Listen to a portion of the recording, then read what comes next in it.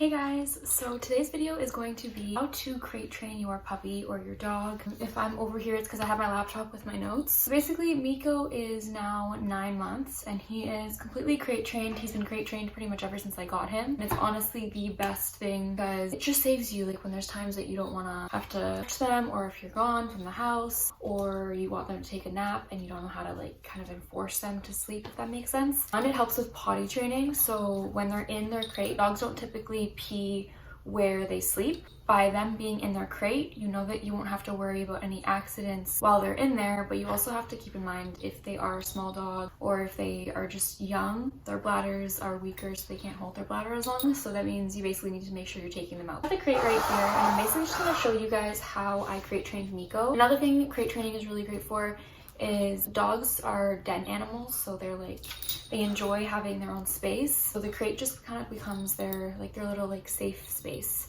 which is nice. So first thing is the type of crate you get. So I have a wire crate. I just think that it's the best personally. You want to make sure that the crate isn't too big because, as I mentioned before, if the crate's too big, the dog will pee in the crate because they'll be able to kind of separate, like this side is for peeing and then this side is my bed. So if they have enough room to be able to do that, you'll have problems. So make sure the crate is small enough where they can basically stand, kind of like do a circle and lay back down. So the next thing I'll mention before we get started on how I actually crate trained him is you might want to throw a blanket on top of the crate. Miko, personally, I don't have one on for him because he'll always try and pull the blanket off the top, so I just left it. You can put it on top and it kind of creates even more of a den feeling for them. On the bottom of his crate, I just have 2 small blankets. You can also put beds, but I feel like Miko's comfortable with this because sometimes he likes to lay just on the regular plastic.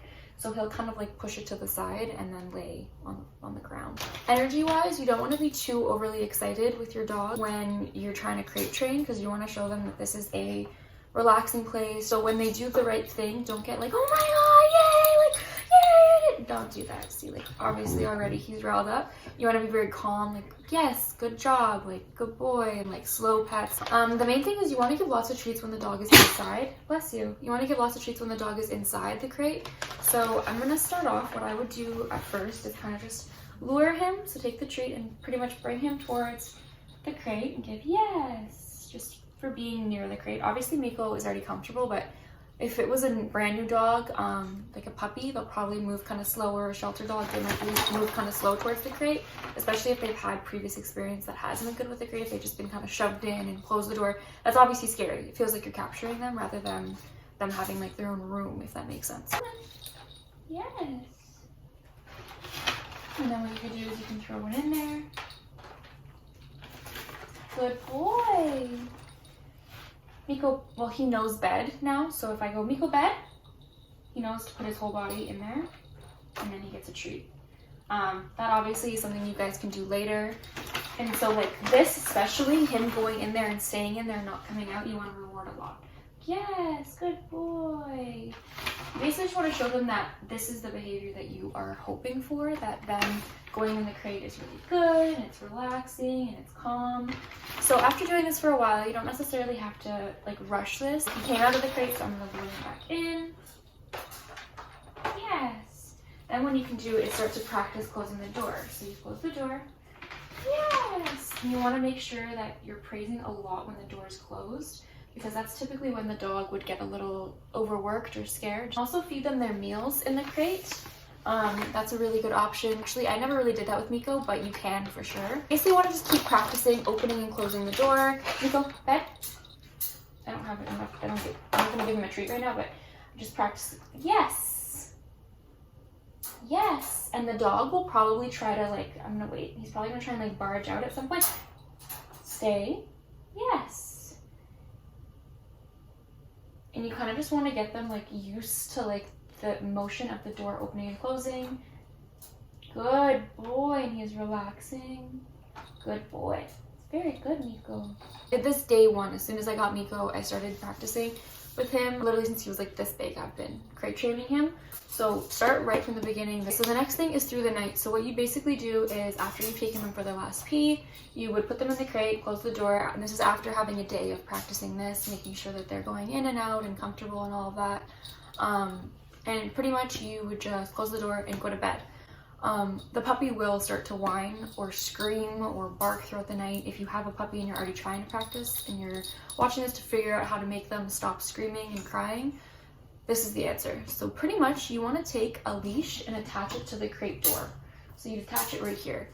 And if you're kind of far from the bed with the crate, you can get like one of those 50 long, like the long lines you get them at the dollar store. But pretty much you want to just like pull on the door, like wiggle it with the leash from your bed. And that noise will pretty much like stop the puppy from whining. So every time the puppy whines, you're just gonna wiggle it, wiggle it, wiggle it. And eventually the dog will just stop whining. I don't know why this is, but I saw this on a YouTube video. I can't remember who it was from because it was like months ago. But it was just a guy who was showing with his puppy. Okay, I'm sorry, I'll take this away from you. We're filming a video, buddy. Like literally what it will sound like is pretty much like that. And that noise will kind of like, not necessarily startle the puppy, but it'll like snap them out of the barking. And then they'll like wait for a bit, maybe they'll start barking again, do it again, snap them out of it. You might have to do that for like a week or so, but it's better than having to either just sleep through the barking and the screaming and all of that. I do want to mention though that you do have to take the puppy out if it is barking or crying or whatever at first, just to make sure it doesn't have to pee. But if you've taken them out, they already peed or they didn't pee, and you put them back in and then they're still whining, that's when you incorporate the leash, because otherwise they're just going to have accidents. They're probably crying because they want to pee. So the next thing is during the day, you want to make sure that you're putting your puppy in the crate for naps. As I mentioned before, you can enforce naps by putting the puppy in after you've had a play session, after they've already went out to pee and everything. Also leave it in their area so that they can go in and out when they choose to. That's really good. Letting them have the freedom and realizing that this isn't like a freaking torture device. Like this is theirs. This is their place. Personally for me, I have a little playpen set up. So when I'm either not able to watch him, so like in the beginning when I would shower, or even now when I leave the house, or if I'm on like a business call or something like that, I have the crate in the playpen. That way he can go into the crate, but also he has like his little water bowl and his toys and everything in the playpen, so he doesn't just necessarily have to be in this. A lot of people do just crate train when they leave the house, but I don't know, I just wanted him to have a little bit more space, so that was my way of doing it, but either works. The other thing that I did when I first got Miko was I would leave treats in the crate. So like during the day when he was just in his playpen, if he wasn't like around, I would leave treats so that he would sometimes just find treats in the bed. That causes him to just go to it more often and feel more comfortable by it. Another thing is don't always close the door when the puppy goes in. Miko, bed. So for example, he's gonna go in now and I'm not gonna close the door. I'm just gonna leave it. So that he sees he has the freedom to come out if he wants to, he can lay down if he wants to, he can do whatever he wants. Good boy! And that can also help create good association with the crate. The last thing that I'm going to mention is punishment with the crate. A lot of times your puppy's going to piss you off and you're going to want to kind of shove them away and get rid of them for a little bit, and you're going to want to put them in the crate. In the beginning, for the first month or so, I would say don't do that. You don't want to have any negative association with the crate in the beginning. You want to make sure they love the crate so much, and then it kind of becomes like a punishment after. That sounds really bad, but it's almost like your room, like how you love your room, but then when your parents are mad, they might say like, go to your room. Same sort of thing. It's like a punishment even though you like that place, if that makes sense. So if you like this video, please give it a big thumbs up.